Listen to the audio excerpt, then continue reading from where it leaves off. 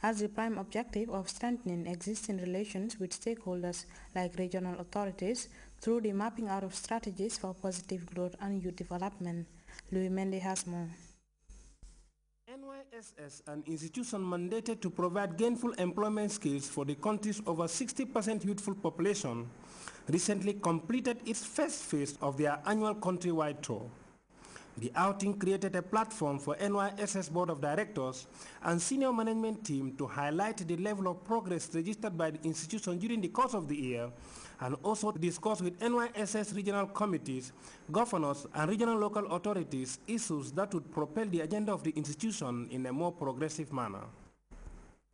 The Mansakonko Regional Office hosted the first meeting. This year, NYSS have deployed 200 youths to various training centers in the urban area.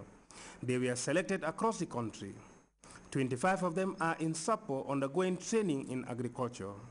Aside from the provision of their training materials, stipends and tuition fees of the beneficiaries were paid by the government as usual during the course of the training. These skills are very, very vital, because if young people, after having had a formal education, acquire those skills, at the tail end of their training, they would become employable. Employable in two respects. Either they will be employed by potential employers, or probably they would be self-employed. Among pertinent issues highlighted during the highly participated discussion is the need for NYSS to immediately reactivate its regional committees, since they are the mouthpiece linking governors and local authorities with the Banjul main office. Another pertinent issue emphasized during meetings by the NYSS Board of Directors was that all area councils should endeavor to pay their 10% counterpart contributions to NYSS. The two issues are paramount for the realization of the NYSS objective. But the most important of all is to reactivate the regional committees of the NYSS, because the regional committees have a very important role to play.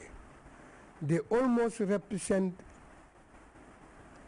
the NYSS department or institution here, as well as the board of directors.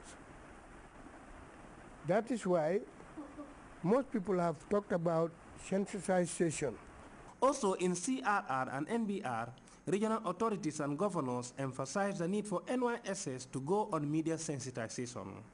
This, they believe, would avail the general public the opportunity to know what NYSS is doing. Let our partnership not stop of council giving the contribution, and that is going to be the end of everything. We will expect that in near future, wherever some of these students are, particularly if they are citizens of North Bank, for us to be written to know their location as well, to also monitor and see that. I believe we're going to forge a healthy partnership in that. Other participants pointed out the need for NYSS to decentralize the training for the youth, since it is observed that only skill centers absorbing NYSS trainees are all in the urban areas. Others weigh in on subjects such as the need for NYSS to revisit their program selection criteria to avoid a good number of trainees dropping their career after graduation. For some, NYSS should increase the number of annual intakes, considering the steady growth of the youthful population if ever they are to meet their aspirations. A response to this is the plan on the pipeline to review the Institutions Act. If we don't do that, we'll have problem as far as funding is concerned, because our limitation by the Act will not enable us to raise the necessary funds in order to increase the number of participants. So that is why it is important to review the Act. We know that the youth age bracket is very critical in the future development of any country. The more focused they are, the more engaged they are, the brighter the future of that country, not only in terms of infrastructural development, but more especially in the primary sustenance, sustainable peace management. The overall impression of the tour was a positive one. this tour had give a great impact to the NYSS institution.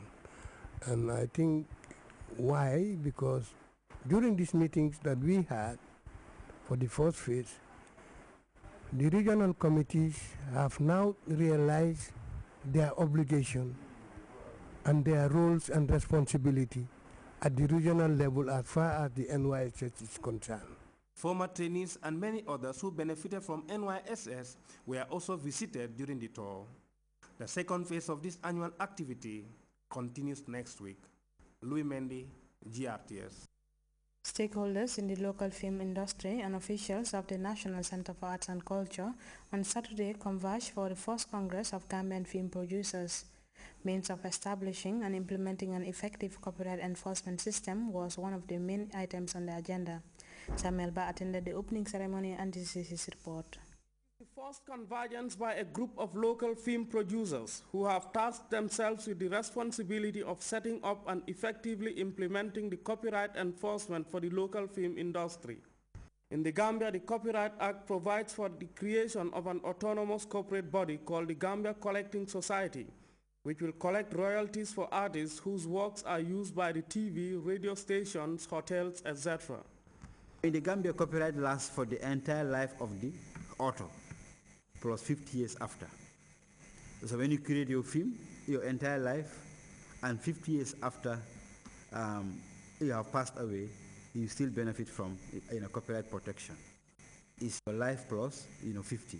So that is why when works are being registered, usually they will ask you, your next of kin, so that after you are gone, who will be benefiting from your royalties, who will be benefiting from the copyright protection. The move is an offshoot of series of consultative meetings between the National Council for Arts and Culture and the creative artist community in a bid to standardize and further develop an industry witnessing a phenomenal influx of young people. We consider your coming together very timely and important because, among other things, our mandate includes the administration of copyright, which should be very important to you because an effective copyright regime stands to protect your interests, especially your creations as either an artistic or technical producers or technical or executive producers of film. Film production is believed to be an important component in nation building. Aside from its entertainment value, it has the potential of showcasing a country to the outside world and generating employment opportunities.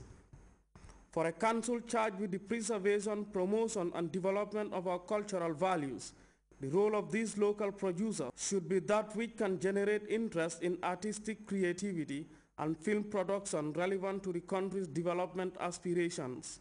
Given the adverse effects of Western acculturation in our society today, I am of the opinion that your association is naturally faced with the challenge of exploiting the creativity of our hidden or underutilized artistic potential, but at the same time choosing subject matter that is compatible with our cultural norms and values for general acceptance. Film producers in the persons of Ibu Wage and Sana Sise fervently defended the move. Basically, our productions were educational. We were just out to educate people on issues that matter in those days. Cradle of filmmaking in this country. Like he said, the film unit was a government department under the Ministry of Information at the time. It was small, but it was highly specialized in the sense that they were the only ones doing what they were doing. There were no Gambian independent filmmakers or no television in the country at the time. The interface which brought together major players in the film production business is one such effort geared towards ensuring a win-win situation for organizers and those who showcase their works in the media for public consumption. Samuel Ba, GRTS. A Bakau Kachikali resident diagnosed with a type of ulcer that cannot be treated locally is seeking help to cure his condition overseas. This sickness is seriously affecting Mansa Sano's mouth. The report by Mood Jallo contains gory images. Viewers are therefore advised to take note.